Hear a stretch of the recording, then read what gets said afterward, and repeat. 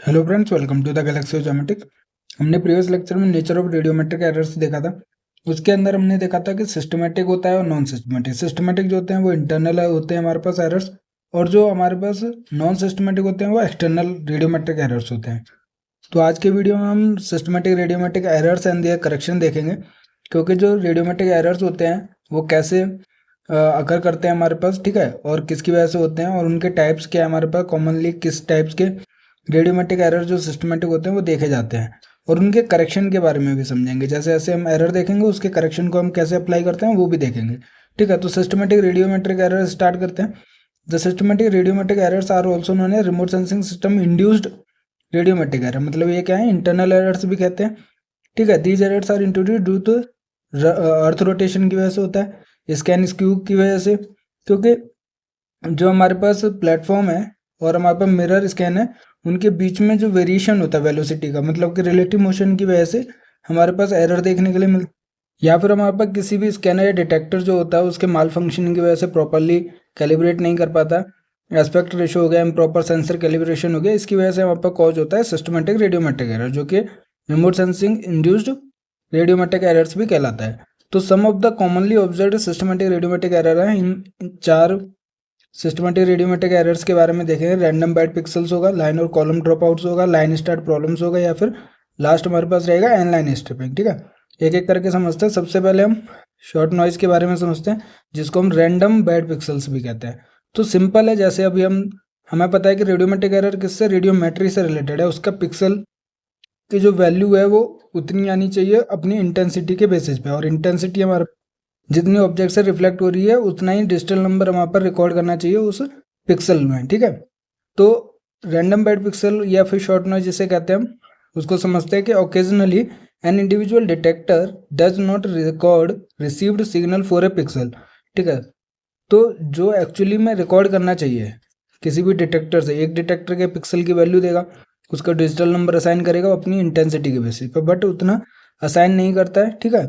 तो this may result in the random bad pixel. मान लो बहुत सारी पिक्सल से हमारे पास रिमोट सेंसिंग इमेज बनती है, तो बाकी सभी में डेटा जो है डिटेक्टर से सही कैलिब्रेट करके इंटेंसिटी के बेसिस पर डिजिटल नंबर देता है। पर एक ऐसा मान लीजिए कि कोई भी पिक्सल है जो एक्यूरेट डेटा असाइन नहीं किया गया हमारे पास, ठीक है। तो पिक्सल को जो रिसीव्ड सिग्नल के बेसिस पर जो रिकॉर्ड करना चाहिए डिटेक्टर को, उसने उतना असाइन नहीं किया।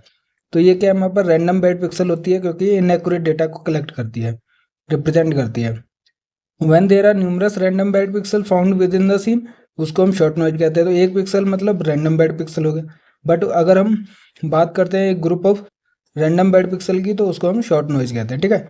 तो short noise gives the image an impression of having many dark पोक मार्क्स, क्योंकि डार्क पोक मार्क्स मतलब कि या तो वो ब्लैक शो हो जाएगा, कोई भी वैल्यू नहीं रखेगा, जीरो रहेगी, तो वो जो पिक्सल है वो डार्क डॉट को रिप्रेजेंट करेगी, ब्लैक कलर शो करेगी, ठीक है। तो ये हमारे पास रैंडम बाइट पिक्सल हो गई। अगर हम इसी के ग्रुप की बात करते हैं, ठीक है, तो हमारे पास क्या है, शॉर्ट नॉइज कहलाता है।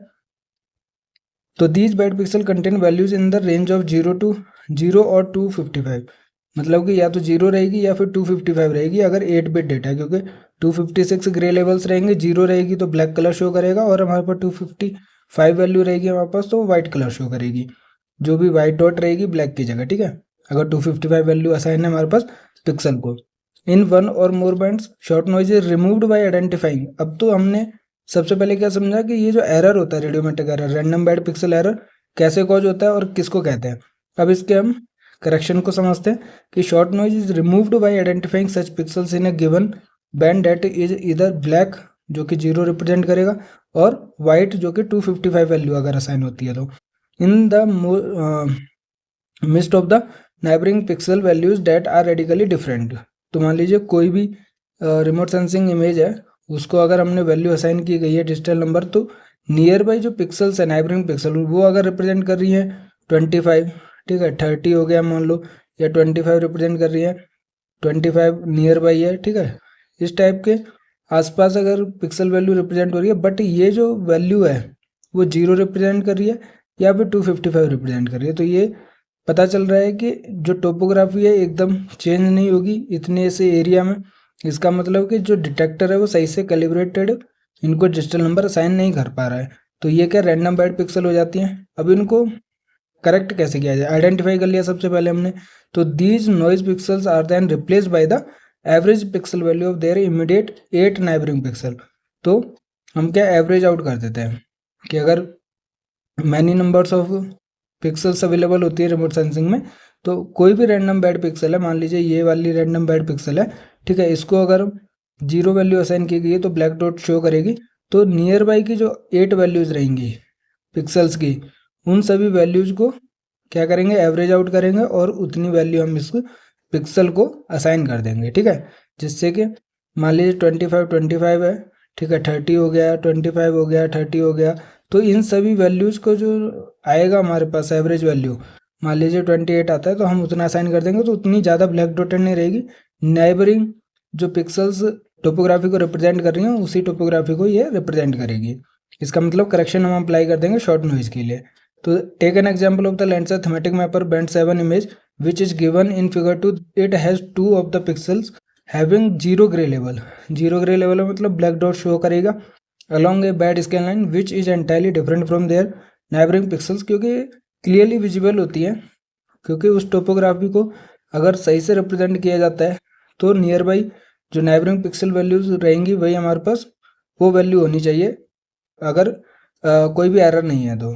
बट रैंडम बैड पिक्सल या फिर शॉर्ट नॉइज एरर है तो वो डिफरेंट या तो वाइट या ब्लैक डॉट शो करेगी। तो हम ये फिगर में भी देख सकते हैं। तो these are marked as shot noise pixels and are replaced by the average of their 8 neighbouring pixel. तो एवरेज करने के बाद जो वैल्यू असाइन करते हैं वो मतलब करेक्शन हो जाता है रेडियोमेट्रिक एरर्स का शॉर्ट नॉइज बैड पिक्सल के लिए, ठीक है। वैसे तो आपको समझ आ गया होगा, फिर भी हम इस फिगर से क्लियरली समझते हैं कि लेंसर TM बैंड 7 डेटा है, ठीक है। तो इसमें जो नाइबरिंग डेटा इसने रिप्रेजेंट किया है वो तो हम साफ से देख सकते हैं कि लगभग ग्रे लेवल है, बट यहाँ पे हम देख सकते हैं क्लियरली कि यहाँ पे 2 ब्लैक डॉट्स हैं। ये जो 2 ब्लैक डॉट्स है इसका मतलब 2 पिक्सल वैल्यूज के हमारे पास 0 असाइंड है, मतलब 0 वैल्यू रिप्रेजेंट कर रही हैं, ठीक है। तो हमने इसी पोर्शन को जूम आउट किया, जूम किया हमने, और उसके आसपास की जो नाइबरिंग पिक्सल्स हैं 8 उनकी वैल्यूज को रिप्रेजेंट किया, क्योंकि 0 ब्लैक के नियर अबाउट है, वाइट के नियर अबाउट नहीं है, ग्रे लेवल्स है, तो 0 के नियर अबाउट है, मतलब कि 13, 15, 17 इस टाइप से है। तो हम इसमें देख सकते हैं। अब ये जो 2 डॉटेड हैं ये हमारे पास क्या है, शॉर्ट नॉइज है, रैंडम बैड पिक्सल्स है, इनको करेक्शन अप्लाई करना है।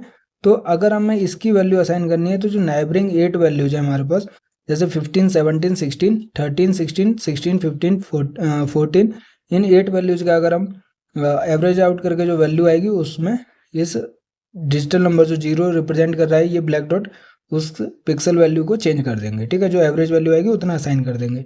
सिमिलरली दूसरे जो पिक्सल है नाइबरिंग 8 वैल्यूज जो हैं पिक्सल की, उनकी एवरेज आउट वैल्यू इसको असाइन कर देंगे, ठीक है। तो करेक्शन कैसे अप्लाई करते हैं हमारे पास कि कोई भी पिक्सल मान लीजिए M और N उसका अगर कोऑर्डिनेट है, ठीक है, हम इसी में मानते हैं, जैसे अगर हम ये वाले को M और N मानते हैं, ठीक है, तो इसकी नाइबरिंग की ऊपर हो जाएगा हमारे पास, क्योंकि हमें पता है कि जब कोई भी रिमोट सेंसिंग इमेज होती है एरे ऑफ सेल्स होती है, ठीक है। तो ये हमारे पास 0, 0 टॉप लेफ्ट कॉर्नर से स्टार्ट करते हैं। तो ये हमारे पास हो गया, ठीक है, 0, 0, 0, 1 इस टाइप से इंक्रीज होता है रो और कॉलम में। तो ये मान लीजिए ये M और N को रिप्रेजेंट कर रही है जो बैड पिक्सल वैल्यू है।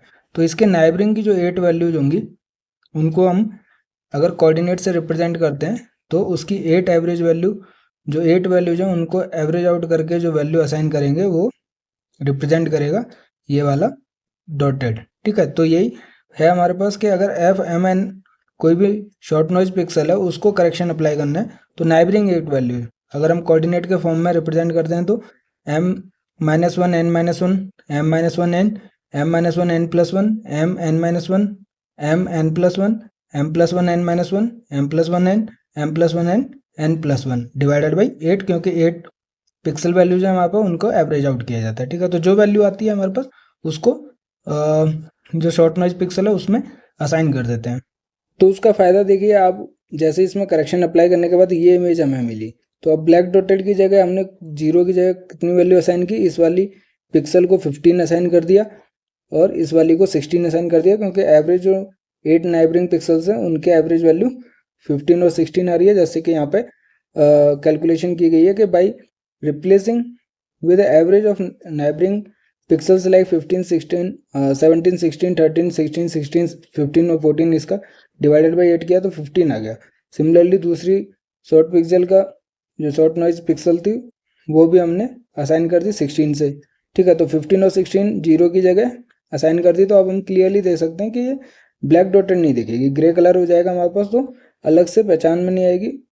तो हमने क्या किया, शॉर्ट नॉइज पिक्सल के लिए इसका करेक्शन अप्लाई कर दिया। कैसे करेक्शन अप्लाई करते हैं, नेबरिंग 8 वैल्यूज का एवरेज लेके, ठीक है।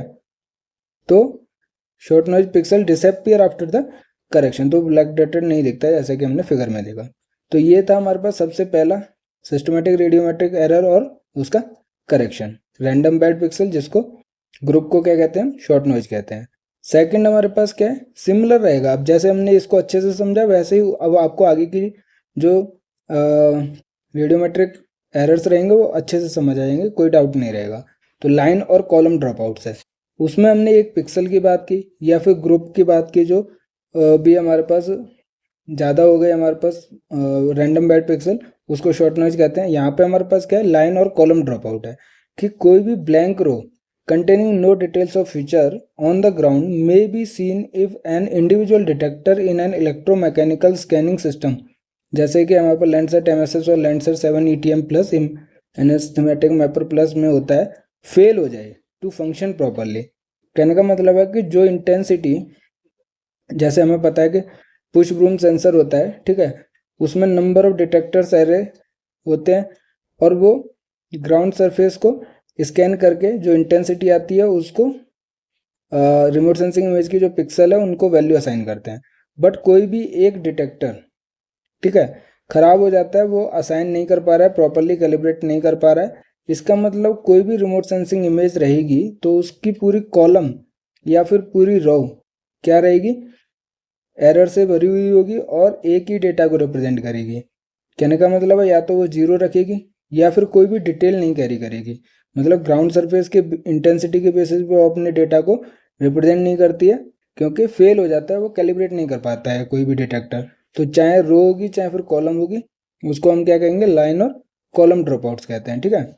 तो if a detector in a push broom linear array, example IRS 1C हो गया, क्विक बर्ड हो गया, जो कि पुश ब्रूम स्कैनिंग सिस्टम पर वर्क करते हैं, fails to function, this can result in an entire column of data with no spectral information। मतलब वो अपना ही वैल्यू असाइन करेंगे, 0 255 या कॉमन जो वैल्यू रहेगी उतना ही रिप्रेजेंट करेंगे। टोपोग्राफी की वजह से जो इंटेंसिटी उन तक पहुंच रही है वो रिप्रेजेंट नहीं हो पाती है रिमोट सेंसिंग इमेज के अंदर, ठीक है। तो सिंपल है, वहाँ पे एक सिंगल पिक्सल अगर किसी भी डिटेक्टर की वजह से डेटा को रिप्रेजेंट नहीं कर पाता है, ठीक है, तो वो रैंडम बैड पिक्सल हो गई। यहाँ पे क्या पूरे का पूरा कॉलम जो है वो क्या करता है, स्पेक्ट्रल इन्फॉर्मेशन को कैरी नहीं करता है। वो किसकी वजह से, हमारे पास फेलियर ऑफ स्कैनिंग सिस्टम या डिटेक्टर की वजह से, ठीक है। तो इसको क्या कहते हैं हम, the bad line or column drop out कहते हैं, which is also called as line or column drop out and contains brightness value equal to 0 or some constant value. तो जैसे मैंने कहा कि जीरो जरूरी नहीं है, कोई भी कांस्टेंट वैल्यू, मान लीजिए कि पूरी रो क्या करेगी हमारे पास, या पूरी कॉलम क्या करती है, एक ही कांस्टेंट वैल्यू को रिप्रेजेंट करती है, वो चेंज नहीं होगी, क्योंकि माल फंक्शनिंग हो जाता है डिटेक्टर या स्कैनिंग सिस्टम का। तो independent of the terrain changes, क्योंकि जैसे जैसे कोई भी सेंसर मूव करेगा सैटेलाइट के ऊपर तो वो अपनी टोपोग्राफी भी चेंज करता है, उसके हिसाब से जो डिजिटल नंबर वैल्यू है या जो भी इंटेंसिटी है वो चेंज होती है। बट ऐसा नहीं होता है, क्योंकि जीरो या कांस्टेंट वैल्यू असाइन करता है वो डिटेक्टर माल फंक्शनिंग की वजह से। उसको क्या कहते हैं, बैड लाइन या फिर कॉलम ड्रॉप आउट कहते हैं। Generally this is an irretrievable loss of information because there is no way to restore data that were never acquired. However it is possible to improve visual interpretability of data by introducing estimated brightness value for each bad scan row or column by replacing them with the averages of rows or columns above and below or to the left or right. This concept works because adjacent pixels often have similar pixel values। तो जैसे हमने error को पहचाना और पहले वाले जो था रैंडम बैड पिक्सल में, उसमें नाइबरिंग 8 पिक्सल का क्या किया था, एवरेज आउट किया था यहाँ पे क्या है, पूरी कॉलम, ठीक है, एरर से इंक्लूडेड है, मतलब ये कांस्टेंट वैल्यू है, 0 रिप्रेजेंट कर रही है। और हमें पता है कि ये बैड लाइन है, column drop out systematic radiometric error है। अब इसका करेक्शन कैसे अप्लाई करते हैं, जो नाइबरिंग या तो लेफ्ट या फिर हमारे पास लेफ्ट और राइट वाले जो कॉलम्स होते हैं, इनकी जो पिक्सल वैल्यूज होती है उनको एवरेज आउट करके इन पिक्सल्स में क्या करते हैं, असाइन करते हैं, ठीक है, जिससे कि ये अपनी सेम टोपोग्राफी को रिप्रेजेंट करेगा जो इन दोनों के बीच में रहेगी, ठीक है। और अगर मान लीजिए कोई भी रो है वो इफेक्ट होती है इस एरर की वजह से, किसी भी डिटेक्टर की वजह से, तो आपको जो टॉप और बॉटम वाली जो रो है उनकी जो पिक्सल वैल्यूज है उनको क्या करना है, एवरेज आउट करना है, और इस जो कॉलम है, जो रो है हमारे पास, उसकी पिक्सल वैल्यूज को असाइन कर देना है एवरेज आउट करके, तो हमारे पास ये करेक्शन अप्लाई हो जाएगा। तो सिमिलर है हमारे पास, वहाँ पे 8 नाइबरिंग पिक्सल का कर रहे थे, यहाँ पे हम टॉप और बॉटम या फिर लेफ्ट और राइट कॉलम का रिप्लेसमेंट करते हैं पिक्सल वैल्यूज का, ठीक है, एवरेज आउट करके। थर्ड हमारे पास क्या है, लाइन स्टार्ट प्रॉब्लम्स है। तो ये जो लाइन स्टार्ट प्रॉब्लम्स है ये भी हमारे पास स्कैनिंग सिस्टम की वजह से फेलियर है, जो इंटरनल उसके इक्विपमेंट्स होते हैं। तो there is another kind of problem encountered in earlier satellites in which the scanner fails to start recording as soon as a new row starts. तो जैसे ही हम स्कैनिंग स्टार्ट करते हैं और कोई नई रो स्टार्ट होती है, ठीक है, तो वो क्या है, उसको स्कैन करना स्टार्ट नहीं कर पाता है, मतलब फेल हो जाता है, वो डिटेक्टर रीडिंग लेना स्टार्ट नहीं कर पाता। तो इट में also happen the sensors place pixel data eight inappropriate location with shift along the scale line. तो जो भी हमारे पास डिटेक्टर है, अगर उसको स्कैन करनी है ये वाली रो को, ठीक है, क्योंकि हमारे पास क्या IFV का कॉन्सेप्ट हमने देखा था अर्थ सरफेस के ऊपर, ठीक है, जब स्कैनिंग होता है तो ये वाली रो को ना असाइन करके ये डिटेक्टर क्या शिफ्टिंग कॉज करता है, और शिफ्टिंग की वजह से हमारे पास ये इस वाली रो को वैल्यू असाइन करता है। तो जो भी पिक्सल वैल्यू रहेगी रिमोट सेंसिंग इमेज के अंदर, ठीक है, वो सबसे लेफ्ट वाली क्या रहेगी, ब्लैंक रह जाएगी और टोपोग्राफी को रिप्रेजेंट नहीं करेगी। और ये जो डिटेक्टर होगा रॉन्ग वैल्यूज को असाइन कर देगा। तो इसका मतलब क्या है कि शिफ्टिंग की वजह से इनअप्रोप्रिएट लोकेशन पे वो पिक्सल डेटा प्रोवाइड करता है, या हो सकता है कि वो स्टार्ट ही ना करे और स्कैनिंग होने के बाद वो डेटा को रिकॉर्ड भी ना कर पाए हमारे पास, मतलब कि स्कैनिंग फेलियर भी हो सकता है। तो इस वाले एरो को क्या कहते हैं, हम लाइन स्टार्ट प्रॉब्लम्स कहते हैं। एग्जाम्पल हम देखते हैं कि all of the pixels in a scan line might be systematically shifted just 1 pixel to the right. तो हमारे पास सारी पिक्सल वैल्यूज क्या शिफ्ट हो जाती हैं to the right of the pixel value, ठीक है। तो जो टॉप लेफ्ट वाली होगी वो ब्लैंक रहेगी, हमारे पास कोई लाइन डेटा को रिप्रेजेंट नहीं करेगी।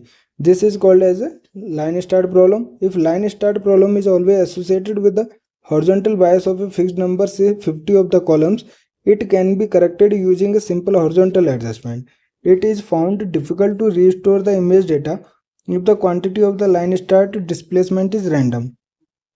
तो देखिए सिंपल सी बात है कि अगर हमारे पास एक ही शिफ्टिंग हुई है, एक ही पिक्सल हमारे पास शिफ्टिंग हुई है, जो टॉप लेफ्ट जो लेफ्ट में हमारे पास कॉलम रहेगा पिक्सल्स का वो ब्लैंक रहेगा, और हमारे पास जो वैल्यू असाइन रहेंगी वो राइट वाले में रहेंगी। तो अगर हॉरिजॉन्टली उसको एक ही पिक्सल हम शिफ्ट कर देते हैं तो हमारे पास सारे जो रिमोट सेंसिंग डेटा रहेगा वो करेक्ट हो जाएगा। तो उसको हम एडजस्ट कर सकते हैं सिंपली हॉरिजॉन्टल एडजस्टमेंट करके, करेक्शन अप्लाई कर सकते हैं लाइन स्टार्ट प्रॉब्लम का।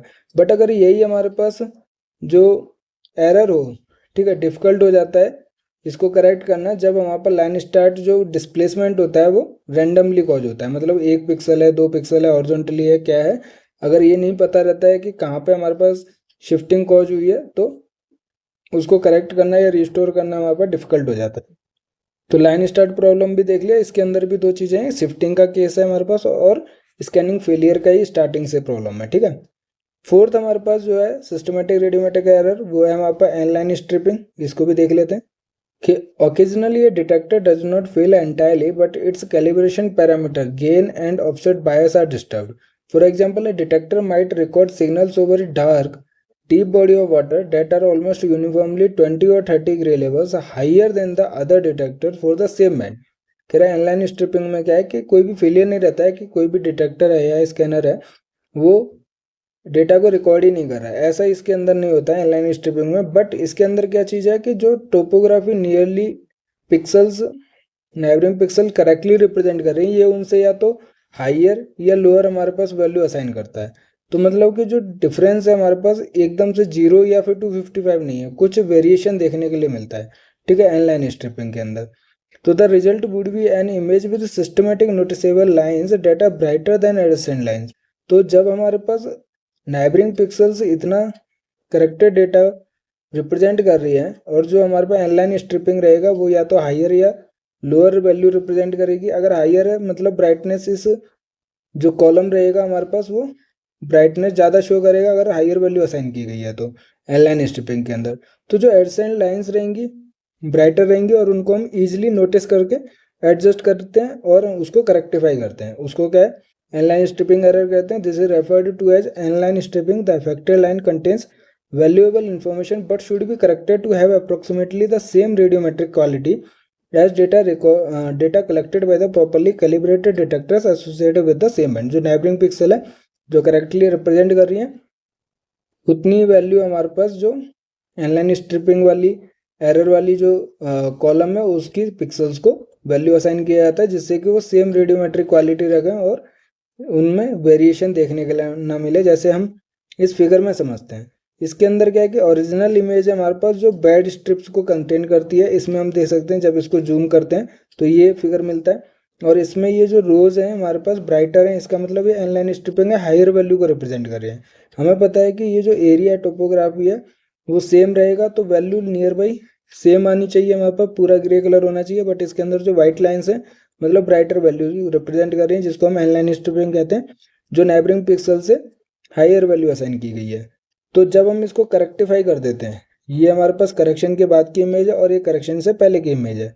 तो जब करेक्शन वाली इमेज को अगर हम जूम करते हैं तो ये जो व्हाइट लाइन्स है वो हमारे पास रिप्रेजेंट नहीं होती है यहाँ पास, और पूरा फिगर जो टोपोग्राफी के हिसाब से करेक्टेड रेडियोमेट्रिक डेटा को रिप्रेजेंट करता है, ठीक है। तो to repair systematic inline striping it is necessary to identify miscalibrated scan lines in the scene. This is usually accomplished by computing a histogram of values for each of n detectors that collected data over the entire scene. Ideally, this would take place over a homogeneous area like a water body. तो कोई भी water body है तो वो same ही represent करेगा data को, same band है हमारे पास तो सेम ही डिजिटल नंबर रिप्रेजेंट करेगा, सेम इंटेंसिटी हमारे पास कॉज होगी। बट ऐसा नहीं होता है, जो डिटेक्टर है अपने माल फंक्शनिंग की वजह से क्या हाइयर वैल्यू असाइन करता है, जिसको हम क्या इनलाइन स्ट्रिपिंग कहते हैं, ठीक है। इफ वन डिटेक्टर्स मीन और median digital number value is significantly different from the others, तो ये हिस्टोग्राम से हम इसको आइडेंटिफाई कर सकते हैं। क्योंकि अगर किसी भी डिटेक्टर का मीन और मीडियन वैल्यू डिफरेंट है, इसका मतलब उसमें इनलाइन स्ट्रिपिंग कॉज किया गया एरर, ठीक है। Is significantly different from the other, there is a probability of this detector is out of the adjustment. Consequently, every line and pixel in the scene recorded by the mal-adjusted detector may require a correction. This type of inline stripping correction हम कैसे करते हैं? Adjust all the bad scan lines so that they have approximately the same radiometric scale as the correctly collected data.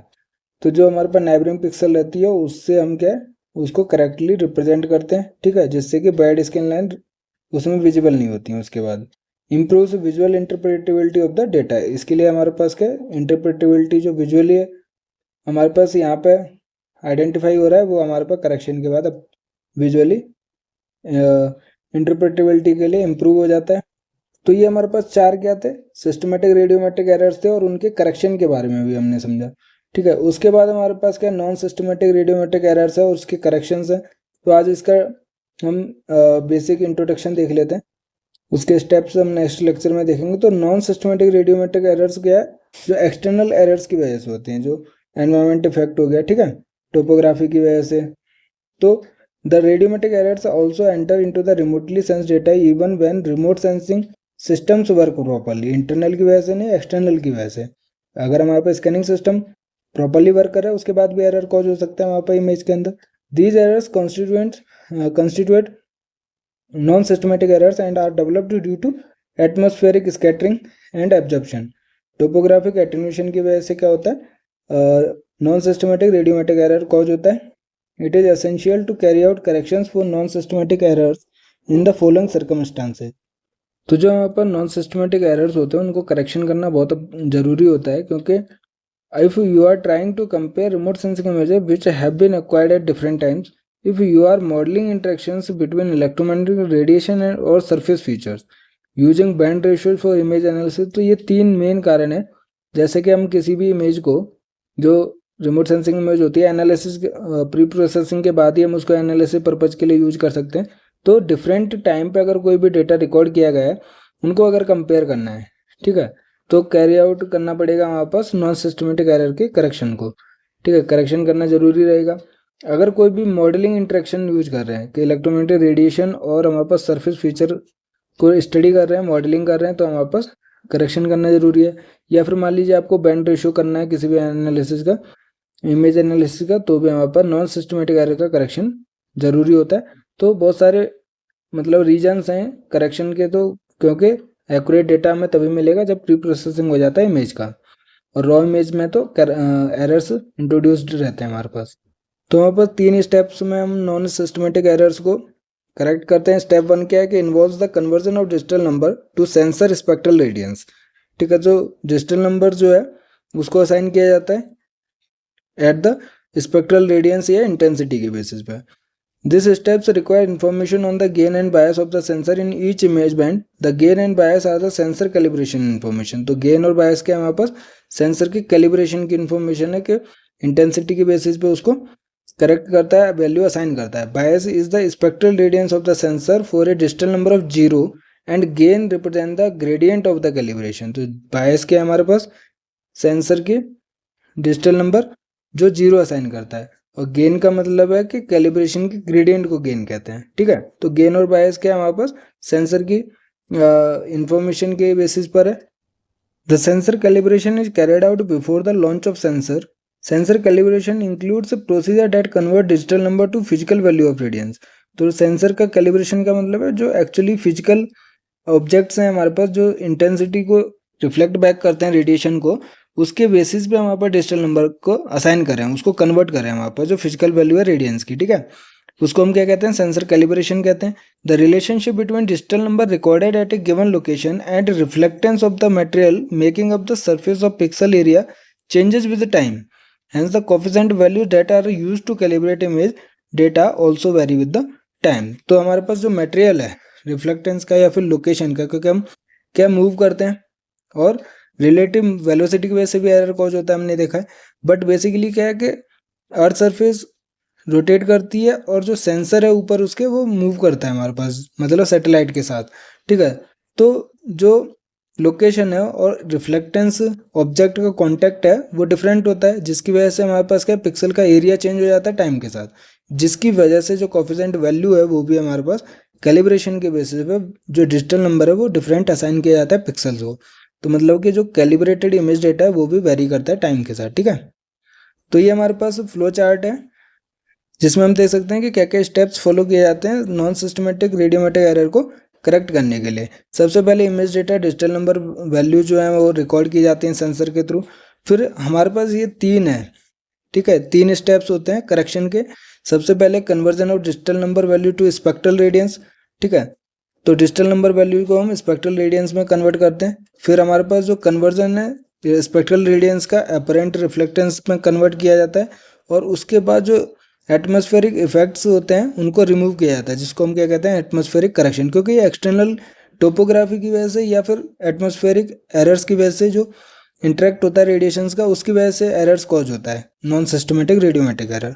तो इसको क्या हम atmospheric effects को remove करते हैं, मतलब कि एटमॉस्फेरिक करेक्शन अप्लाई करते हैं। तो ये जो 3 स्टेप्स हैं वो हमारे पास क्या नॉन सिस्टमेटिक रेडियोमेट्रिक एरर के करेक्शन के प्रोसेस हैं, ठीक है, स्टेप्स हैं। तो जो भी हमारे पास इमेज डेटा रहता है वो ही हमारे पास इमेज डेटा मिलता है, बट आफ्टर द करेक्शन, ठीक है। Reflectance value at the earth surface जितनी रहेगी उसी को रिप्रेजेंट करता है रिमोट सेंसिंग इमेजेस के अंदर, ठीक है। तो ये 3 स्टेप्स आपको याद रखने हैं। सबसे पहले हमने देखा conversion of digital values to the spectral radiance, ठीक है, डिजिटल नंबर को स्पेक्ट्रल रेडियंस के बेसिस पर जो ग्राउंड के ऊपर रिप्रेजेंट किया जाना चाहिए उसमें कन्वर्ट किया जाता है। सेकंड स्टेप में क्या है हमारे पास कि spectral radiance to apparent reflectance में कन्वर्ट किया जाता है, कि spectral radiance to apparent reflectance it converts digital number values from radiance units to the apparent reflectance. तो डिजिटल नंबर ही हमारे पास एक तरीके से क्या स्पेक्ट्रल रेडियंस की इंटेंसिटी होती है, ठीक है, और उसको हम किस में कन्वर्ट कर रहे हैं, एपरेंट रिफ्लेक्टेंस के अंदर। इसका मतलब क्या है, डिजिटल नंबर को हम कन्वर्ट करते हैं एपरेंट रिफ्लेक्टेंस के अंदर। एपरेंट रिफ्लेक्टेंस का मतलब है कि reflectance at the top of the atmosphere, कि जो एटमॉस्फेयर के ऊपर है होना चाहिए रिफ्लेक्टेंस, उतना ही हमारे पास कन्वर्ट किया जाता है, क्योंकि हमारे पास एटमॉस्फेयर के साथ इंटरेक्ट करके रेडिएशंस सेंसर तक पहुंचती हैं। तो एपरेंट रिफ्लेक्टेंस है हमारे पास टॉप ऑफ द एटमॉस्फेयर के ऊपर, ठीक है। तो आप सिंपली समझिए कि हम बैक कैलकुलेशन करते हैं कि जो डिजिटल नंबर असाइन होता है वो रेडियंस की इंटेंसिटी से होता है, बीच में हमारे पास एटमॉस्फेयर है और नीचे हमारे पास क्या ऑब्जेक्ट है, ठीक है। ऑब्जेक्ट के बेसिस पे ही हमारे पास क्या ये जो वैल्यू है हमारे पास डिजिटल नंबर वो असाइन की जाती है। तो डिजिटल नंबर से हमने कन्वर्ट किया स्पेक्ट्रल रिफ्लेक्टेंस में, ठीक है। और ये जो स्पेक्ट्रल रिफ्लेक्टेंस है जिसको हम एपरेंट रिफ्लेक्टेंस कह रहे हैं, ये हमारे पास क्या एटमॉस्फेयर के ऊपर की वैल्यू है। ये जो हमारे पास पहुंच रही है डिटेक्टर के पास वो क्या है हमारे पास स्पेक्ट्रल रेडियंस है, ठीक है। तो डिजिटल नंबर से स्पेक्ट्रल रेडियंस में कन्वर्ट किया, उसके बाद हमने स्पेक्ट्रल रिफ्लेक्टेंस में कन्वर्ट किया, ठीक है। तो 2 स्टेप हो गए। थर्ड स्टेप में क्या है कि ये जो एटमॉस्फेरिक एरर है उसको हम रिमूव आउट करेंगे। तो एक्चुअली में जितना रिफ्लेक्टेंस होता है किसी भी ऑब्जेक्ट से उतनी इंटेंसिटी के बेसिस पे हम डिजिटल नंबर को जो वैल्यू आनी चाहिए उतना हम असाइन करते हैं किसी भी पिक्सल को। तो ये करेक्शन किसका हो गया, नॉन सिस्टमेटिक रेडियोमेट्रिक करेक्शन हो गया हमारे पास, ठीक है। सिंपल सी चीज़ है, जो हमारे पास रिमोट सेंसिंग का प्रोसेस होता है उसको हम रिवर्स करते हैं। The removal of atmospheric effects, step 3 के अंदर क्या है हमारे पास एटमॉस्फेरिक करेक्शन अप्लाई करते हैं due to the absorption and scattering of light, atmospheric correction apply करते हैं। तो ये जो एटमॉस्फेरिक इफेक्ट्स होते हैं रेडिएशन के अंदर, ठीक है, इमेज के अंदर एब्जॉर्प्शन और स्कैटरिंग की वजह से वो क्या एटमॉस्फेरिक करेक्शन अप्लाई किया, ठीक है। तो ये हमारे पास बहुत सारे मेथड्स होते हैं एटमॉस्फेरिक करेक्शन को अप्लाई करने के लिए। तो there are several methods for atmospheric correction of the remotely sense data. Some methods are relatively straightforward while other are based on the physical principles of interaction of radiation with atmosphere and require a significant amount of information pertaining to the atmospheric condition to be effective। तो अगर हमें accuracy high achieve करनी होती है तो जो knowledge होनी चाहिए कि एटमॉस्फेरिक इफेक्ट की वजह से क्या क्या वेरिएशन देखने के लिए मिलता है हमारे पास, क्या क्या एरर देखने के लिए मिलता है, तो सिग्निफिकेंट अमाउंट ऑफ इन्फॉर्मेशन होनी चाहिए कि एटमॉस्फेरिक कंडीशन क्या क्या इफेक्ट डाल सकती है हमारे पास, ठीक है। और कुछ मेथड्स तो काफ़ी सिंपल होते हैं जिनको हम स्ट्रेट फॉरवर्ड अप्लाई करते हैं, ठीक है। तो atmospheric correction procedures are categorize into the following 3। Atmospheric modelling कर सकते हैं हम, इमेज बेस्ड मेथड्स होता है हमारे पास, और direct calibration using the field derived reflectance होता है जिसको हम एम्पिरिकल लाइन मेथड भी कहते हैं।